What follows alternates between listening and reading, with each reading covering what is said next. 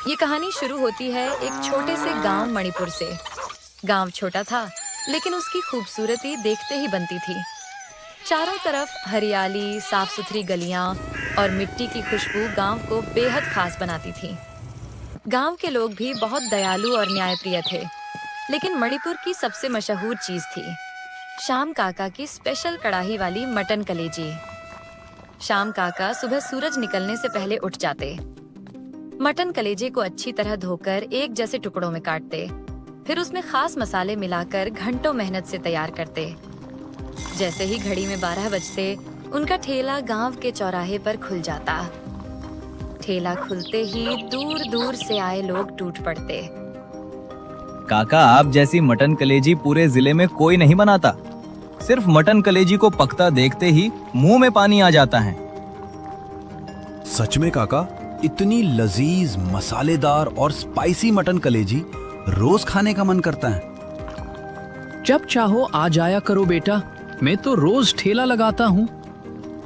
तभी उनके सबसे प्यारे दोस्त मोहन काका वहां पहुंचे। मोहन काका बहुत गरीब थे और अपनी पत्नी के साथ छोटी सी झोपड़ी में रहते थे। मोहन काका ने श्याम काका को कड़ाही के सामने पसीना बहाते देखा तो बोले, अरे श्याम, थोड़ा आराम भी कर लिया कर।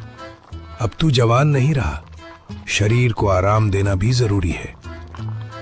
अरे मोहन, ये शरीर मटन कलेजी खाकर बड़ा हुआ है। इसे अभी 50 साल और कुछ नहीं होगा। सभी ग्राहक हंस पड़े। तभी एक ग्राहक ने पूछा, काका एक बात बताइए, आप मटन कलेजी चावल या रोटी के साथ क्यों नहीं देते? बेटा, कढ़ाई वाली मटन कलेजी का असली मजा तो इसे गर्मा गर्म ऐसे ही खाने में है। चावल रोटी के साथ इसका असली स्वाद दब जाता है। सच में काका, इसका स्वाद एकदम लाजवाब है। सभी लोग मजे से कलेजी खाने लगे। तभी अचानक श्याम काका के सीने में तेज दर्द होने लगा। लेकिन इससे पहले कि कोई कुछ समझ पाता, श्याम काका जमीन पर धड़ाम से गिर पड़े। गांव वालों ने तुरंत उन्हें अस्पताल पहुंचाया, लेकिन बहुत देर हो चुकी थी। डॉक्टर ने दुखी होकर कहा, हमें अफसोस है, पर अब श्याम काका नहीं रहे। उनको दिल का दौरा पड़ा था। यह सुनते ही पूरे गांव में सन्नाटा छा गया। जिस चौराहे पर हर दिन हंसी और खुशबू रहती थी, आज वहां सिर्फ मातम था। मणिपुर ने अपना सबसे प्यारा इंसान खो दिया था। श्याम काका को गुजरे कई दिन बीत चुके थे। कुछ गांव वाले चौराहे पर बैठे आपस में बातें कर रहे थे। अरे यार, श्याम काका के जाने के बाद से मटन कलेजी खाई ही नहीं। सही कह रहा है। लगता है अब हमें कभी उनकी जैसी मटन कलेजी खाने को नहीं मिलेगी। तभी दूर से एक आदमी हांफता हुआ दौड़ कर आया। अरे भाइयों, जल्दी चलो, श्याम काका का ठेला फिर से खुल गया है। सभी हैरान रह गए। क्या? श्याम काका का ठेला? हाँ, जल्दी चलो, उनके बेटे ने ठेला दोबारा शुरू किया है। यह सुनते ही सभी लोग उत्साहित होकर ठेले की तरफ दौड़ पड़े। वहां पहुंचकर उन्होंने देखा कि श्याम काका का बेटा दिनेश कड़ाही में मटन कलेजी बना रहा था। कड़ाही से उठती खुशबू बिल्कुल पहले जैसी लग रही थी। लेकिन तभी एक चीज देखकर सबके चेहरे बदल गए। ठेले पर एक नया बोर्ड लगा था, मटन कलेजी 200 रुपये प्रति प्लेट। एक गांव वाला हैरानी से बोला, अरे दिनेश, ये क्या? 200 रुपए की एक प्लेट? इतनी महंगी? हाँ भाई, आज से एक प्लेट मटन कलेजी 200 रुपए की ही मिलेगी। लेकिन तुम्हारे पिताजी तो सिर्फ 50 रुपए में देते थे। तुमने इतनी कीमत क्यों बढ़ा दी? देखो, अगर खाना है तो 200 रुपए निकालो, नहीं तो फूटो यहाँ से। ये गरीब लोगों के लिए नहीं है। दिनेश की बात सुनकर गांव वाले स्तब्ध रह गए। ज्यादा घमंड मत करो दिनेश, हम तुम्हारे पिता की बहुत इज्जत करते थे, इसलिए तुम्हें कुछ नहीं कह रहे। यह कहकर सभी गांव वाले वहां से चले गए। धीरे धीरे दिनेश के ठेले पर गांव वालों की भीड़ कम होने लगी। जो थोड़े पैसे वाले थे, वही कभी कभार मटन कलेजी खाते। लेकिन शहर से आने वाले ग्राहकों की संख्या बढ़ती जा रही थी। उनके लिए 200 रुपए कोई बड़ी बात नहीं थी। इस वजह से दिनेश का घमंड भी बढ़ता जा रहा था। एक दिन मोहन काका के घर उनकी बेटी और दामाद आए। दामाद ने बैठते ही कहा, पिताजी, मैंने सुना है आपके गांव की मटन कलेजी बहुत मशहूर है। क्यों ना आज वही खाई जाए? अरे क्यों नहीं बेटा, तुम लोग आराम करो, मैं अभी जाकर मटन कलेजी लेकर आता हूँ। मोहन काका दिनेश के ठेले की ओर निकल पड़े। उनके चेहरे पर खुशी थी, क्योंकि कई दिनों बाद उनकी बेटी सीमा और दामाद घर आए थे। लेकिन जैसे ही वे ठेले के पास पहुंचे, उनकी नजर उस बोर्ड पर पड़ी। मोहन काका कुछ पल तक बोर्ड को देखते रहे। अरे बाप रे, मुझे तो पता ही नहीं था कि दाम इतने बढ़ गए हैं। वे धीरे धीरे दिनेश के पास गए। बेटा दिनेश, मुझे 2 प्लेट मटन कलेजी चाहिए, घर पर दामाद आया है। ठीक है काका, अभी पैक करके देता हूँ, बस 2 मिनट। लेकिन बेटा, मेरे पास सिर्फ 100 रुपए है। मुझे नहीं पता था कि तुमने दाम बढ़ा दिए हैं। तो फिर काका आप वापस जाइए, 100 रुपए में अब यहाँ कुछ नहीं मिलता। बेटा ऐसा मत करो, 8 प्लेट ही दे दो, बाकी के 100 रुपए मैं 2 दिन में लौटा दूंगा। काका, यहाँ उधार नहीं चलता, अब जाइए और मुझे दूसरे ग्राहकों का काम करने दीजिए। मोहन काका का चेहरा उतर गया। वे खाली हाथ घर की ओर चल पड़े। घर पहुंचते ही दामाद जी को सारी बात पता चल गई। क्या आपके पास हमें मटन कलेजी खिलाने तक के पैसे नहीं है? सीमा, तुरंत चलो, मैं ऐसे गरीब घर में और नहीं रुकना चाहता। मोहन काका और उनकी पत्नी की आंखें नम हो गईं। जाते समय दामाद ने कठोर आवाज में कहा, पिताजी, अगली बार जब मटन कलेजी खिलाने के पैसे हो तभी हमें घर बुलाइएगा। सीमा चुपचाप अपने पति के साथ चली गई। मोहन काका और उनकी पत्नी को ये देखकर बहुत बुरा लगा। जी, ये बहुत बुरा हुआ। हमारे अपने ही हमसे नाराज होकर चले गए। अब हमें कुछ करना होगा। मोहन काका आसमान की ओर देखने लगे। श्याम, अगर तू आज जिंदा होता तो ऐसा कभी नहीं होने देता। कुछ पल बाद उनकी नजर घर के एक पुराने कोने पर पड़ी। वहां एक पुरानी धूल से ढकी लोहे की कड़ाही रखी थी।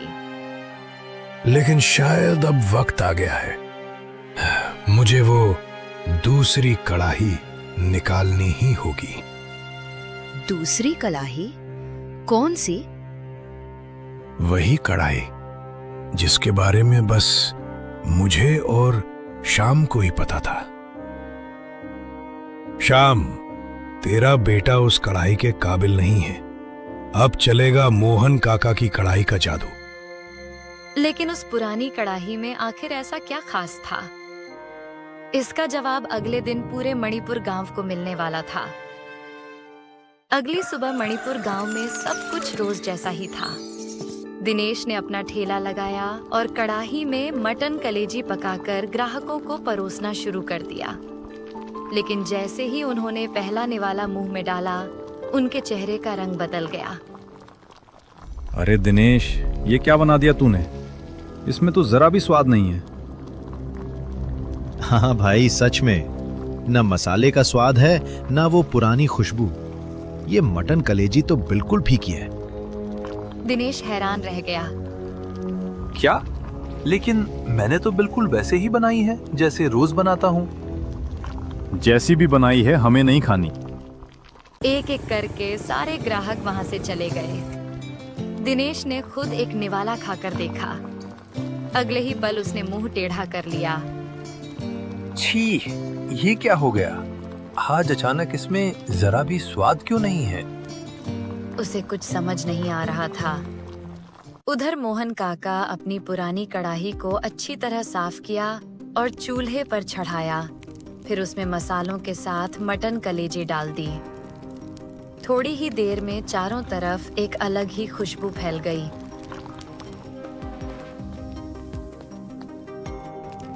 लेकिन आपको तो मटन कलेजी बनानी नहीं आती थी। बस देखती जाओ, आज इसी कढ़ाई से मणिपुर को असली स्वाद याद दिलाऊंगा। कुछ देर बाद मोहन काका ने गांव के चौराहे पर एक नया ठेला लगा दिया। ठेला लगते ही लोग जमा हो गए। अरे वाह मोहन काका, आपने कब से मटन कलेजी बनाना शुरू कर दिया? खुशबू तो कमाल की आ रही है। काका जल्दी एक प्लेट लगाइए, अब इंतजार नहीं हो रहा। मोहन काका हंसे और सबको गर्मा गर्म मटन कलेजी परोसने लगे। जैसे ही लोगों ने पहला निवाला खाया, उनकी आंखें चमक उठीं। अरे वाह मोहन काका, इतनी बेहतरीन मटन कलेजी मैंने पूरी जिंदगी में नहीं खाई। ये तो श्याम काका की मटन कलेजी से भी 2 गुना स्वादिष्ट है। मोहन काका बस मुस्कुराते रहे। मन ही मन उन्होंने कहा, ये तो बस शुरुआत है, आगे आगे देखो होता क्या है। उधर दिनेश का ठेला पूरी तरह खाली पड़ा था। दिनेश परेशान होकर कढ़ाई को घूर रहा था। आखिर आज अचानक ऐसा कैसे हो गया? कल तक तो मेरी मटन कलेजी इतनी स्वादिष्ट बन रही थी, फिर आज इसमें स्वाद कहाँ चला गया? धीरे धीरे पूरे मणिपुर गांव में एक ही बात फैल गई। मोहन काका की कढ़ाई वाली मटन कलेजी सबसे ज्यादा स्वादिष्ट है। जब यह बात दिनेश को पता चली तो वह गुस्से से आग बबूला हो गया। तो ये सब उस बूढ़े मोहन काका की वजह से हो रहा है। पिताजी ने कहा था कि दूसरी जादुई कढ़ाई उनके पास है। अगर मुझे अपना ठेला वापस चलाना है तो मुझे किसी भी तरह वो कढ़ाई चुरानी होगी। उस रात दिनेश ने एक खतरनाक योजना बनाई। आधी रात को जब पूरा गांव गहरी नींद में सो रहा था, दिनेश दबे पांव मोहन काका के घर पहुंचा। वह खिड़की के रास्ते अंदर घुस गया। सामने मोहन काका और काकी गहरी नींद में सो रहे थे। दिनेश धीरे धीरे रसोई में पहुंचा। वहां वही पुरानी कढ़ाई रखी थी। उसने कढ़ाई उठाई और चुपचाप अपने घर वापस चला गया। सुबह मोहन काका मटन कलेजी बनाने के लिए रसोई में पहुंचे तो कढ़ाई गायब थी। तुमने वो कढ़ाई कहीं रखी है क्या? नहीं जी, मैंने तो उसे हाथ भी नहीं लगाया। अगर वो कढ़ाई किसी गलत हाथ में पड़ गई तो बहुत बुरा हो सकता है। मुझे उसे अभी ढूंढना होगा। उन्होंने पूरा गांव छान मारा, लेकिन कढ़ाई कहीं नहीं मिली। उधर दिनेश घर पर उस कढ़ाई में मटन कलेजी बना रहा था, लेकिन अचानक पूरी मटन कलेजी गायब हो गई। दिनेश की आंखें फटी की फटी रह गईं। अरे मटन कलेजी कहाँ चली गई? अभी तो मैंने इसमें डाली थी। उसने दोबारा मटन कलेजी डाली, लेकिन फिर वही हुआ, सब कुछ गायब। ये कैसी जादुई कढ़ाई है? इसमें खाना पकने की बजाय गायब क्यों हो रहा है? उधर मोहन काका घर में परेशान बैठे थे। तभी काकी दौड़ती हुई आई। सुनिए जी, आपकी कढ़ाई बाहर है, जल्दी चलिए। मोहन काका बाहर आए तो दरवाजे के सामने वही कढ़ाई रखी थी। कढ़ाई देखते ही उनकी आंखों में खुशी आ गई। इसके बाद मोहन काका ने फिर अपना ठेला शुरू किया। देखते ही देखते पूरा गांव उनके ठेले पर उमड़ पड़ा। उनकी मटन कलेजे की खुशबू दूर दूर तक फैलने लगी। उधर दिनेश का ठेला हमेशा के लिए बंद हो गया। कुछ दिनों बाद मोहन काका की बेटी सीमा और दामाद उनके घर आए। पिताजी, मुझे माफ कर दीजिए। पिछली बार मैंने आपके साथ बहुत बुरा व्यवहार किया था। अरे बेटा, कोई बात नहीं। परिवार में ऐसी बातें होती रहती हैं। चलो, अब तुम्हें अपनी हाथ की मटन कलेजी खिलाता हूँ। उन्होंने दामाद जी को गर्मा गर्म मटन कलेजी खिलाई। उनको बहुत पसंद आई। अगले दिन सीमा और उसका पति खुशी खुशी अपने घर चले गए। उनके जाने के बाद काकी ने मोहन काका से पूछा, जी, एक बात अभी भी मेरी समझ में नहीं आई। दिनेश की कढ़ाई का जादू अचानक खत्म कैसे हो गया? ये दोनों साधारण कढ़ाइयां नहीं हैं। दोनों में बहुत शक्तिशाली जादू है। इनमें जो भी खाना बनाया जाए वो बेहद स्वादिष्ट बन जाता है। पर इन दोनों कढ़ाइयों को एक साथ इस्तेमाल नहीं किया जा सकता। एक समय में सिर्फ एक ही कढ़ाई काम कर सकती है। तो इसी वजह से दिनेश की मटन कलेजी अच्छी नहीं बन रही थी। जब श्याम ने अपना ठेला शुरू करने का फैसला किया था, तब मैंने अपनी कढ़ाई का इस्तेमाल बंद कर दिया था। मैं चाहता था कि लोग उसके हाथ की मटन कलेजी खाएं और उसका नाम रोशन हो।